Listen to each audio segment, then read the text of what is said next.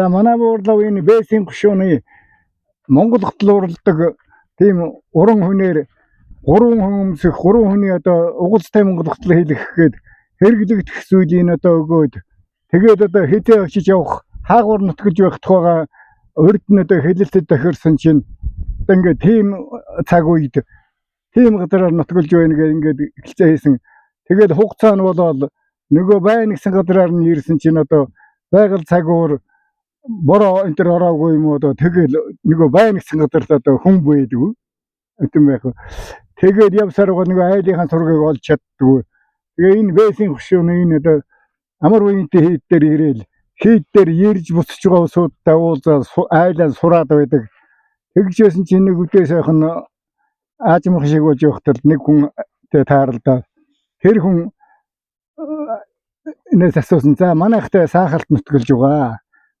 Тэр хүн маргааш завхай зарм явах гээд тэмээгийн сойчсон хомштан бэлтчихсэн маргааш өглөө хөдлөх гэж байгаа гэж ингэж хэлж өгч юм л дээ. Тэгээд зам заалгаад одоо тэр хүнийг явчихаас нь улдаар очиж ууцгаас андаа арга байхгүй. Энэ замдаа одоо энд хонох барих гэдэг юм арга байхгүй очдөг. Тэгээд газар заалгахад л ингээд нэг өргөн талыг жаахан жишүүл заагаад тэр цаана байгаа одоо тийм уудын тэргээр нь ороод цаашаа тэгж яваад гээд ингээд гадрын зааж өгчилтэй. Тэгээд хэлсэн ясаар нь яваал таксаар байгаа одоо нэг айлдаа хүрээл нөгөө хүнтэйгээ уулзаал авах юм аваад ингээд ажил үтээд буцсан ингэж буурлав ярьж ирсэн юм л да. Хосмортой. Тэгээ хосмортой. Хоёр мөртэй. Цэнхэр борогдог мөр, хүрэн борогдог мөр. Тэгээ хоёр мөртэй. Хоёр хосмортой.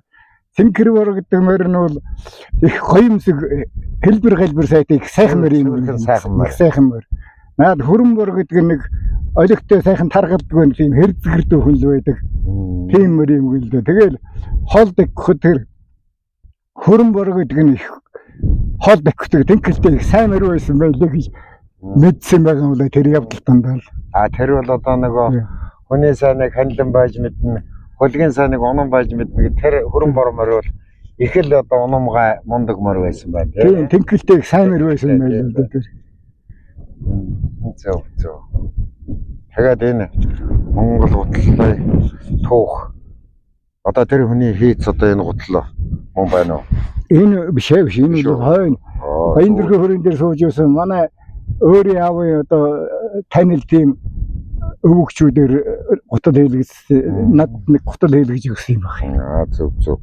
Тэр үуч одоо гятад сайр гятад булгаараар л одоо Монголд жинхэнэ хийж байсан да. Одоо ховор гэдэг боллоо.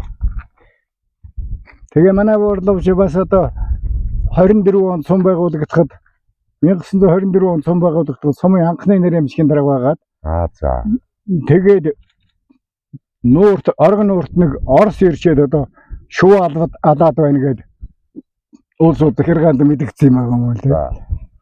Тэгээд сумын захиргаанаас тэр орсыг одоо очиж шалга гэж захиргааны дарга нь одоо сумын дарга нь өөрөөгөө тэгээд очиж шалгахад Монголын засгийн газраас олгосон бичгтээ Косолов Орос явсан байгаа юм аа. Тэр Косолов Оросын авгайн шуу судалдаг эрдэмтний хүн байсан юм явж байна. Тэгээд нэг модон араамтай тэгээ гадуур нэг ус нэвтэрдгүй юм өгүүлчихсэн. Тийм юмар ингээд нууран дээгүүр хөвөөл шуу алаад авторал ингээд өгөөд өстрэн авч үрдэг л багт ингээд өрдсөн байхаа. Тэгээд тэр Монголын засгийн газраас олгосон бичгэн дээр бол амтнаас одоо нэгийг л авч нэг ширхгийг л авчууд нь олноор нахгүй ганцхан шившөөрөл. Тий ганцхан шившөөрөл. Одоо хүн шувуу амтэн янз бүрийн байгаад нэгийг л авчууд нь одоо нэг амтнаас нэг зүйлийн амтнаас нэг төрлийн амтнаас бол олныг авч болохгүй. Нэгийг л авч болно гэсэн тийм шившөөрөлтэй байсан. Тэгээд ингээд олон шувуу өрдсөн байгааргүй энэ чинь төмөрөд айдах юм шиг байх юм чинь ягаад их олон шувуу алсан юм гэж уурлав гэсэн чи наадхан харахгүй юу наа чинь ижихэн байна уу гэсэн чи ялгааг манай мэдэхгүй байгаа юм л дээ. Тийм байна нугас байгаа, ангар байгаа, хомч байгаа, галууч байгаа.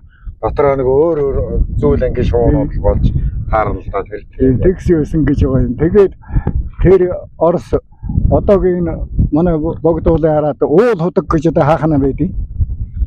Оо суудаг. Тэнд л Орос нэлээд удсан гэж байгаа юм а тэр Орос. Тэгж гоод ийшээ эзний гол руу явах аяллаар явж байгаа тэр Козлов Орос. Тэгээд манай нутгаас тэр одоо улсын нэгэн Баасан хүүгийн буурлав Цэнд гэдэг хүн газар шаар явсан байгаа юм. Нэг саарл цэнд гэж. Тэгээ саарл цэнд гэдэг хүн. За. Тэр Амгалангийн цэнд гэдэг хүн л дээ. Зөв.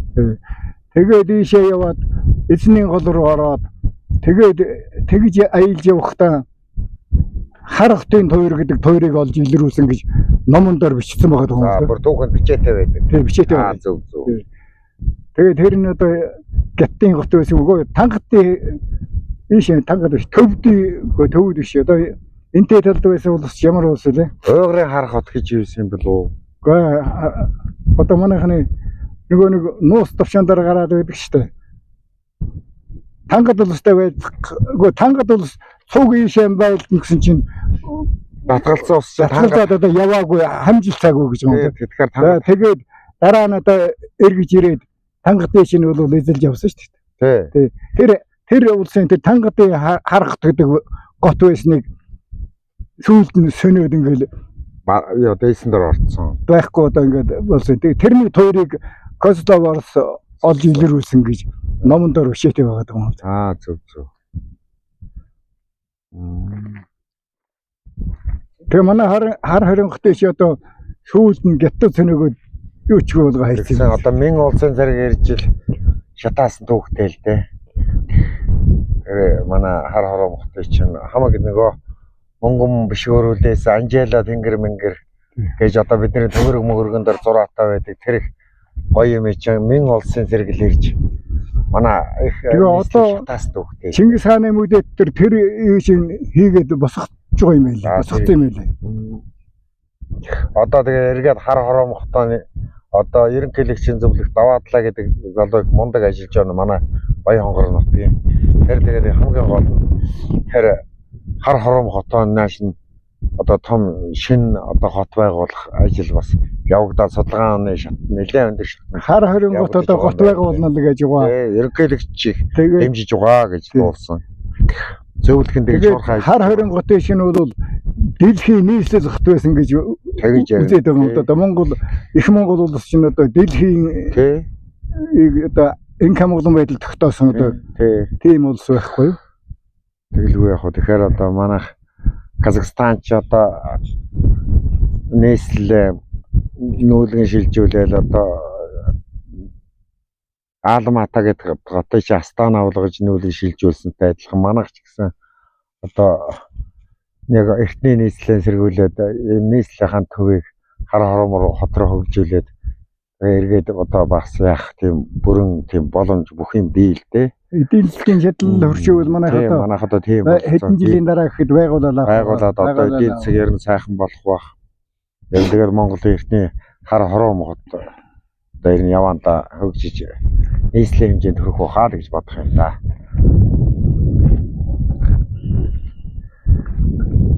За одоо